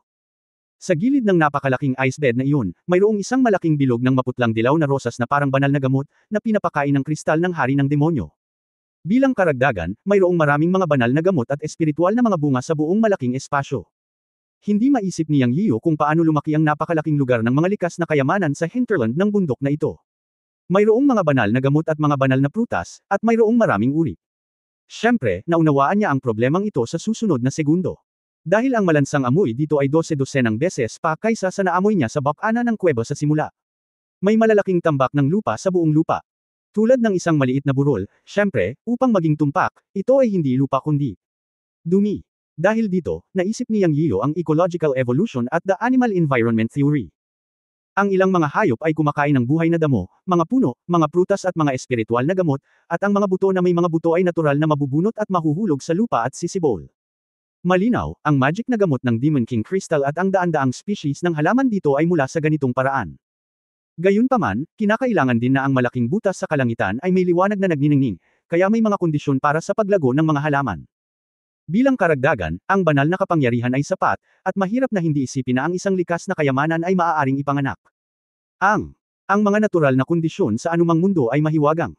Mas masama nga lang ang itsura dito. Pinapanood si Nanshuan na pinipili ang kristal na hari ng demonyo. Lumingon ang mga mata ni Yang Yian kay Zhong Yuan.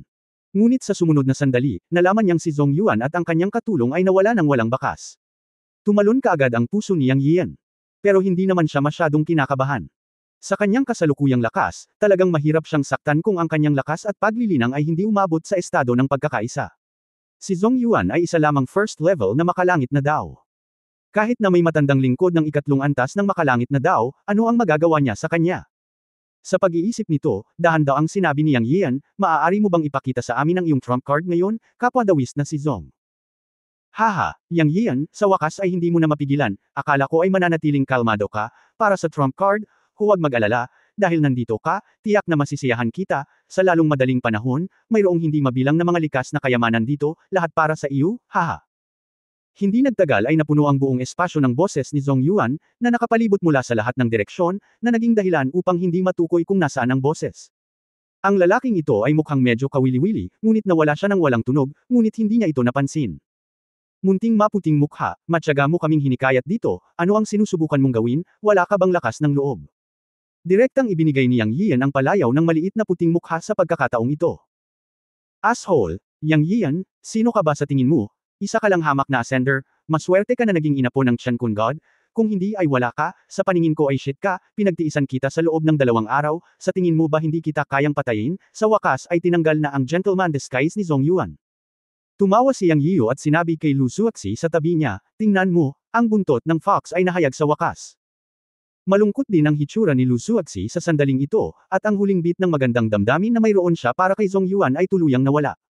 Talagang tinuring niya si Zhong Yuan bilang isang kaibigan na maaari niyang kaibiganin, ngunit ngayon ay tila nagkamali siya. Zhong Yuan, anong ibig mong sabihin? Tanong ni Lu Zuoxi sa malamig na boses, nakaramdam siya ng galit na nalinlang siya ng kanyang tiwala. Hehe, Miss Lu. Hayaan mong sabihin ko ito, kung hindi nagpakita si Yang Yiu, masasabi kong nasakop kita at ginawa kitang kusang loob na maging Daoist partner ko, Zhong Yuan. Sa ganitong paraan, ang iyong espesyal na kaluluwa at ang aking paglilinang ng pamamaraan ay bubuo ng isang sitwasyong kapaki-pakinabang sa isa't isa. Ngunit ikaw ang babae ni Yang Yiu. Ang hitsura ng batang ito ay gagawin kung imposibleng sundin mo ang batang ito. Paraan, ang kaluluwa mo lang ang makukuha ko. Naniniwala ako na ang iyong kaluluwa ay magpapahintulot sa akin na gumawa ng isang malaking hakbang pasulong. Siyempre, may paraan din. Maaari kang manampa sa langit, ngayon, kung ikaw ay tuso, isa sa alang-alang kong hayaan kang maging aking dawas na kasosyo para sa paglilinang, at hindi saktan ang iyong buhay. Kung hindi, magsisisi lang ako, pilit kong dadadaliin ang iyong kaluluwa upang linangin. Puno ng mapaglaro at panunukso ang boses ni Zhong Yuan. Walang hiya, malamig na pagmumura ni Lu Zuoxi. Pinangalanan mong Zhong, nandito ang amo ko, huwag mo nang isipin na samantalahin ang kapatid ko. Matagal ko nang naramdaman na hindi ka mabuting tao. Ngumuso si Lu Yushu at nagmura. Master. Haha, si Yang Yiu, natatakot akong lahat kayo ay walang pagkakataon. Ang cultivation ni Yang Yiu ay kapareho ng sa akin, tanging ang unang antas ng Heavenly Dao Rules. Nakapag-set na ako ng malaking formation dito. Ngayon, si Yang Yiu ay walang lakas ng ikalimang antas ng Heavenly Dao, kaya maaari lamang siyang maging isda sa aking plato. By the way, pati kayong lahat, huwag niyong isipin na mag-walk out ng buhay, lahat kayo ay magiging energy ng aking landas tungo sa pagsulong. Karangalan mo na maging bahagi ng aking paglilinang upang mapabuti ang aking paglilinang. Ngayon ay tamasahin ang unang piging na inihanda ko para sa iyo, hahaha. Umalangaw-ngaw ang tawa ni Zhong Yuan sa buong kalawakan, at pagkatapos ay naramdaman ng lahat na madilim ang espasyong ito, ngunit nakarinig ng sunod-sunod na tili. Maingay na tunog. Ang lahat ay tumingala at nakita ang isang siksik na masa ng mga itim na lich na lumilipad pababa mula sa pasukan ng kuweba, at ang nakapalibot na lupain ay kumikislap na may mga inscription ng banal na liwanag, na malinaw na isang uri ng inscription. Kabanata 2869, nagbalik ang Demon King. Nakulong tayo. Sabi ni Yu Linglong. Sinabi ni Yang Yiu, inaasahan. Ang pagiging nakulong ay hindi ang punto. Ang punto ay ang grupo ng mga demonyong itim na uwak sa itaas ng ating mga ulo. Medyo masakit sa ulo. Hindi ka ba nagmamadali? Sa wakas ay hindi napigilan ni Lu Zuoxi sa gilid. Sa simula, nalaman niya na si Yang Yiu ay tila walang puso at hindi nagmamadali. Normal lang sa kanya na magpahayag ng kaunting solemnidad. Gayunpaman, nalaman niya na si Yang Yiu ay kalmado at nakaka-relax pa rin sa sandaling ito, at nagkaroon siya ng pagkakataong magkomento. Hindi ko alam kung ano ang iniisip niya. O sadyang napakalakas niya na hindi niya maisip. Haha, huwag kang mag-alala, tulay na payaso lang yan, hindi makakaalon, dito ka na lang at panuurin mo akong durugan ang mga panloloko ng lalaking maputing mukha. Sabi ni Yang Yiu kay Lu Zuoxi na may masamang ngiti. Pagkatapos niyang magsalita, sinabi niya kay Yu Linglong, Linglong, ikaw ang may pananagutan sa pag-aalaga sa kanila, at ako na ang bahala sa iba. Sige, mag-ingat ka. Tumanggo si Yu Linglong bilang pagsang-ayon. Alam niya ang mga pamamaraan ni Yang Yiu, ngunit hindi niya alam kung gaano kalakas si Yang Yiu ngayon. Sa katunayan, siya ay puno ng mga inaasahan para sa susunod na labanan, o siya ay lubos na nagtitiwala kay Yang Yiu. Sina Yu Linglong at Yang Yiu ay nakaranas ng maraming labanan sa Eternal God Realm. Nagkaroon ng tacit understanding sa pagitan ng dalawa hinggil dito. Alam din niya ang ilan sa panloob na pag-iisip ni Yang Yiu at alam niyang nagmamalasakit ito sa mga tao sa paligid niya. Kaya pagkatapos magsalita ni Yu Linglong, direktang binalot niya sina Dugu Waking, Lu Zuoxi, Lu Yushu, kasama sina Nanshuan at Shuangying Divine Emperor sa sarili niyang enchantment. Dahil tiwala si Yang Yiu, maniwala ka sa kanya. Ang pinakamagandang tulong ay ang hayaan si Yang Yiu na huwag mag-alala. Nag-alala si Dugu Waking at ang iba patungkol dito, ngunit ngumiti si Yu Linglong at sinabing, huwag kang mag-alala, bagamat ang kanyang kasalukuyang antas ng cultivation ay kapareho ng kay Zhong Yuan, na siyang unang antas ng Heavenly Dao Rules, ang kanyang tunay na lakas ay tiyak na madudurog si Zhong Yuan. Ngunit si Zhong Yuan ay may matandang lingkod na nasa ikatlong antas ng Heavenly Dao, sa wakas ay hindi mapigilan ni Lu Zuaxi na mag-alala. Sa kanyang opinyon, si Yang Yiu ay palaging malakas, at kahit sa labanan, noong siya ay nasa mundo ng mga engkanto, siya ang palaging uri ng tao na maaaring lumaban sa mga antas. Ngunit pagkatapos ng lahat, ito ang God Realm, at ang pagkakaiba sa pagitan ng una at ikatlong antas ng Heavenly Dao ay masyadong malaki. Mayroong kisame para sa pakikipaglaban sa mga antas. Bilang karagdagan, si Zhong Yuan at ang kanyang tagapaglingkod ay nag-set up ng isang formation dito, at may mga itim na uwak na halimaw na umaaligid sa itaas. Lahat sila ay natatakot at nag-aalala kung kaya bang talunin ni Yang Yiu si Zhong Yuan at ang kanyang lingkod. Ngumiti si Yu Linglong at inaliw siya, huwag kang mag-alala. Noong si Yanzi ay nasa maaga at gitnang yugto ng Heavenly Dao Realm, nagawa na niyang labanan ng malalakas na lalaki sa una at ikalawang antas ng Heavenly Dao Rules at hindi natalo. Kahit ako ay hindi ko makita kung gaano siya kalaki ngayon. Ngunit may isang bagay na maaaring hindi mo alam sa labas ng higit sa 100 taon. Noong siya ay nakabalik sa loob ng 300 taon na malakas. Ng langit na Dao. At ang 3 tao na iyon ay ang 3 dakilang Vajra sa ilalim ng upuan ng Emperor ng Heavenly Clan. Sa pagtingin sa buong God Realm, ang 3 dakilang Vajra ay pawang malalakas na lalaki, ngunit sila ay nasakop ni Yanzi. Ito ay sapat na upang ipakita kung gaano kalakas si Yanzi ngayon para makapagpahinga tayo. Si Zhong Yuan at ang kanyang matandang lingkod ay nasa ikatlong antas ng Heavenly Dao. Ang mga dakilang Vajra ay naging mga tagapaglingkod ni Yanzi. Sa mga mata ni Yanzi, talagang tumatalon na payaso ang dalawa. Kailan? Narinig ni Lu Zuaxi at ng iba pa ang mga salita ni Yu Linglong, agad silang napanatag. Kung iisipin, hindi kailanman binaygo ni Yang Yiu sa kanilang mga mata ang lahat. Kaya't ang iilan sa kanila ay nanood ng susunod na labanan sa hadlang ni Yu Linglong nang may kapayapaan ng isip. Natural na hindi alam ni Yang Yian na ang mga babae ay nag-aalala sa kanya sa sandaling ito, at wala siyang oras para pakialaman sila. Sa oras na ito, nakatayo siya sa pwesto, nakatingala sa parang skylight na pasukan ng kuweba. Mula sa malayo, ang mga makakapal na itim na uwak na halimaw ay patuloy na nagkukumpulan. Inaasahan niya ito. Nang bahagyang pumikit ang kanyang mga mata, patuloy na kumikislap ang isang makinang na liwanag. Sa kanyang mga mata, ang hindi mabilang na itim na uwak na ito ay malakas at mahina. Ang pinakamababa ay nasa antas ng isang Diyos, at noon hanggang ngayon, ang antas ng isang emperador ng Diyos at Panginoon ng Diyos ay lumitaw, ngunit sila ay medyo kakaunti. Matapos lumipad ang mga masasamang hayop na ito, hindi sila lumusab upang agad na umatake. Sa halip, umikot sila at gumawa ng tunog ng pag-iyak, tulad ng iyak ng isang sanggol sa kalagitnaan ng gabi, na labis na ikinairita ng mga tao. Tila may hinihintay sila, at patuloy silang umiikot at tumatawag. Ano ang hinihintay nila? Malabo itong nahulaan ni Yang Yian. 9 sa bawat 10 ay naghihintay sa pagdating ng demonyong hari. Ang ganitong uri ng halimaw na nabubuhay sa grupo ay dapat pamunuan ng isang hari. Sa sandaling ito, sila ay umiikot at gumagawa ng dagandong. Halatang sinasalubong lang nila ang pagdating ng hari. Hindi ito mahirap hulaan. Para naman sa magandang bata ni Zhong Yuan at sa kanyang katulong, tahimik sila sa sandaling ito. Alam ni Yang Yian na ang porma sayon na ito at ang mga itim na halimaw na uwak na ito ay dapat na resulta ng maingat na layout ng master at servant ni Zhong Yuan. Ang dalawang asong babae ay nagtago sa labas ng porma sayon nang walang anumang sorpresa. Hindi niya makita ang mga ito, ngunit nakikita siya ng kabilang partido. Sa sandaling ito, iniisip niya kung ang layunin ba ng magandang batang lalaki ni Zhong Yuan ay gamitin ang mga halimaw na ito para kainin siya at sa wakas ay umani ng mga benepisyo. Kung ganun madi-disappoint siya. Wow! Sa sandaling ito, isang sigaw ang tumusok sa eardrums.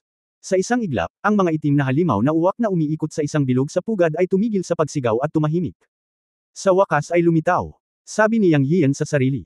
Nakita niya ang isang malaking itim na uwak na halimaw na may berdeng glow sa buong katawan nito na lumitaw sa bintana na parang skylight. Sa isang lapad ng pakpak na 8 o 9 na metro, ito ay 3 beses ang laki ng isang ordinaryong itim na uwak na halimaw. Ang isang ordinaryong itim na uwak na halimaw ay halos 3 metro, ngunit ito ay 3 beses ang laki. Halatang demonyong hari iyon. Ang hininga ay mapang-api. Naramdaman ni Yang Yian na talagang may hininga ng dakilang kasakdalan ng Heavenly Dao Realm. Halos maabot ang unang pangunahing antas ng mga panuntunan ng Heavenly Dao. Ang buong katawan ay kumikinang sa berdeng ilaw, at ito ay lumundag mula sa itaas. Matalas ang mga kuko nito, at ang bibig nito ay parang karit na gasuklay, na napakatalim. Wow wow wow! May 3 sunod-sunod na sigaw ng multo.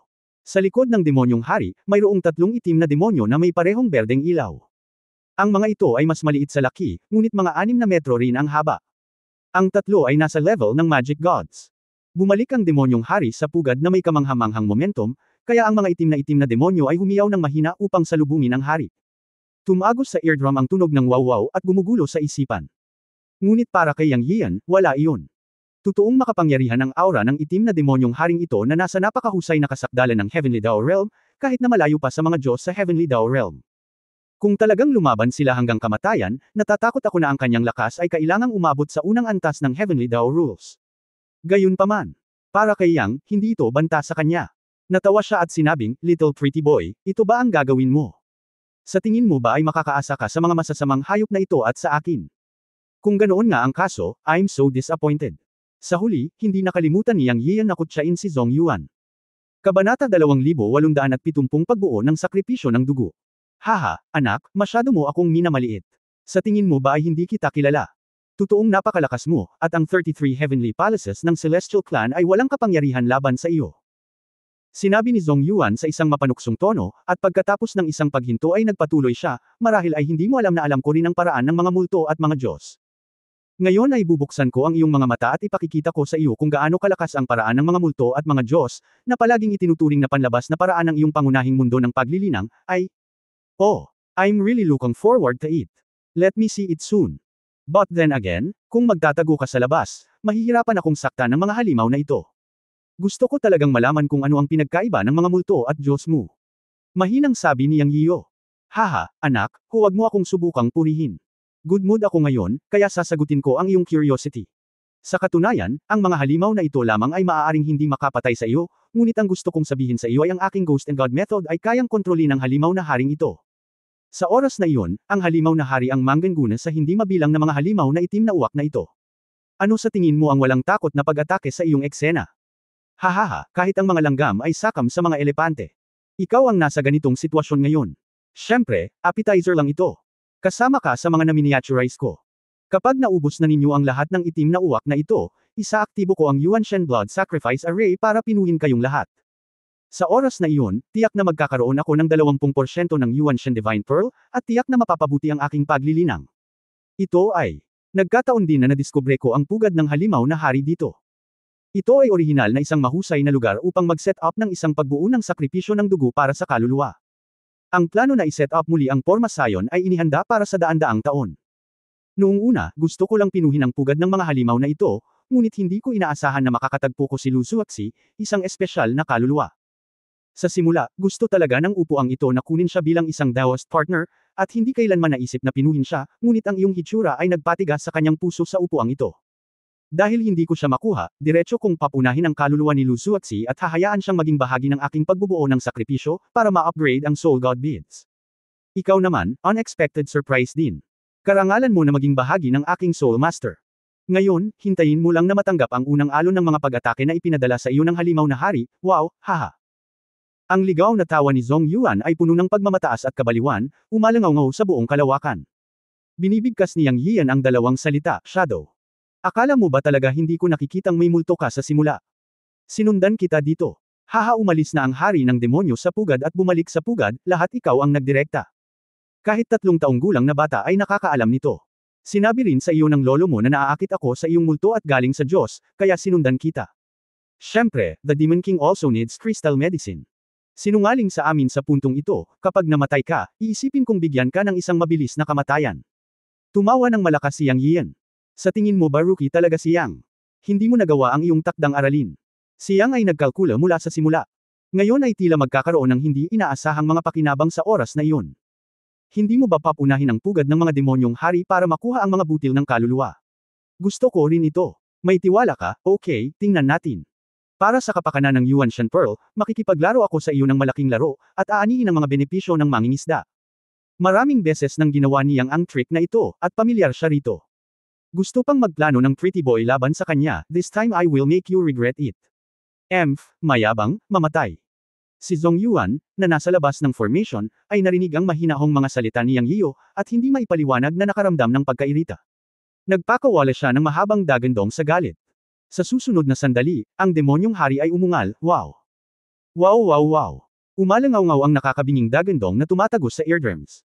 Sa sandaling ito, nagutos ang hari ng demonyo, at ang mga demonyong itim na uwak mula sa itaas hanggang sa ibaba ay umungal ng marahas at sumugod kay Yang Yiyo. Nagsimula ang labanan. Ang hangin at ulap na mga pakpak sa likod ni Yang Yiyo ay kumikislap at ang Chaos Bell ay lumitaw sa kanyang kamay. Dong! Tumunog ang kampana at nakasulat ang inscription. Tumalon siya at tumakbo palabas ang Chaos Bell, at biglang nagkaroon ng malaking ambon ng dugo. Ang lahat ng itim na uwak na halimaw na naapektuhan ng Chaos Bell ay naging blood mist at sumabog. Hindi nila mahawakan ang katawan ni Yang Yian. Ang lugar sa loob ng radius na 20 metro ay isang vacuum. Ikinumpas niya ang palad niya at sinampal iyon. Boom! Ang halos malalaking lugar ng mga itim na uwak na halimaw sa loob ng daan-daang metro ay naging blood mist. Ang mga itim na uwak na ito ay kumpi ng kanyan para kay Yang Yian. Sa isang kisap mata, libu-libong itim na uwak na halimaw ang naging dugong ambon. Sa oras na ito, si Zhong Yuan, na nasa labas ng Forma Sion, ay ngumiti at sinabi sa matandang lingkod sa tabi niya, "Tito ikaw, magsimulan na tayo." Puno ng pananibik at kabaliwan ang mga mata ni Zhong Yuan. Ikanaway ng amo at tagapaglingkod ang kanilang mga kamay, at sa isang nakasisilaw na hininga, gumamit sila ng daan-daang mga tatak ng kamay upang mag-spell sa Forma Sion. Ang Forma Sion na sumasakop sa buong espasyo ay natatakpan ng mga inscription sa lahat ng panig, at ang liwanag ng dugo ay nagniningning, at nagsimula ang sakripisyo. Para kay Zhong Yuan, mas maraming itim na uwak na halimaw ang napatay ni Yang Yian, mas malakas ang kanyang Forma Sion. Ang formation na ito ay ang unang blood sacrifice formation sa kanyang ghost world. Ito ay sumisipsip ng kakanyahan ng dugo at ang kapangyarihan ng kaluluwa. Ang mga kaluluwa ng mga demonyong itim na uwak na pinatay ni Yang Yiu ay hindi makakatakas mula sa saradong Forma Sion. Ikokonekta nila ang kanilang kakanyahan at dugo upang sumipsip ng pagbuo at kalaunan ay magbabago sa kapangyarihan ng pagbuo. Ang mas kakanyahan ng dugo at ang kapangyarihan ng kaluluwa ay hinihigop, mas malakas ang pagbuo na ito. Inabot siya ng daan-daang taon upang maitayo ang Forma Sion, at gumastos siya ng maraming pera sa mga likas na materyales at kayamanan na mayroon siya, kaya natural na napakalaki ng kapangyarihan. Mayroong hindi bababa sa 8 o 9 na milyong itim na uwak na halimaw dito. Kakailanganin ng maraming pagsisikap upang patayin sila. Maging sila ni Uncle Yu ay mauubos at mauubos ng maraming mana. Ang katangian ng kanilang ghost at god way ay ang kanilang kaluluwa ay makapangyarihan, ngunit ang kanilang banal na katawan ay isang kahinaan. Tama lang na hiramin ang ulo ni Yang Yiu upang patayin ang halos 10 milyong itim na uwak na halimaw, tulungan ang pagbuo, at kunin ang kaluluwa at mga banal na kwintas. Sa wakas, kapag napatay ni Yang Yiu ang lahat ng itim na uwak na halimaw dito, kakain siya ng maraming mana. Sa oras na iyon, hayaan si Uncle Yu na pumasok, o kontrolin ang kapangyarihan ng formation, at madali niyang mapapatay si Yang Yiu. Sa oras na ito, kailangan lang niyang kontrolin ang kaluluwa at kontrolin ang hari ng demonyo. Ang kanyang makapangyarihang kaluluwa ng multo at Diyos na paraan kasama ang lihim na pamamaraan ay kumokontrol sa hari ng demonyo upang magbigay ng mga utos, upang ang hindi mabilang na itim na uwak na halimaw ay umatake kay Yang Yiu, na kumokonsumo ng mana at kaluluwa ni Yang Yiu upang maging mahina siya, at hiniram ang ulo ni Yang Yiu upang patayin ang itim na uwak na halimaw, upang ang Forma Sion ay sumisipsip ng kapangyarihan ng dugo at kaluluwa. Lalong magiging makapangyarihan ang kanyang Forma Sion. Kapag sa wakas ay napatay na ni Yang Yiu ang hari ng demonyo, ang Yuanshan Blood Sacrifice Formation ay tiyak na papasok sa panahon ng kasaganaan, at hindi magiging mahirap na patayin muli si Yang Yiu. Ang huling hakbang ay upang pinuhin ang Yuanshan ni Lu Zuoxi at i-extract ang purong Yuanshan Divine Pearl, na magiging oras kung kailan magiging perpekto ang kanyang magic power. End of this chapter. Pahingi naman ng like, share at subscribe mo na rin para updated ka sa susunod na kabanata. Salamat.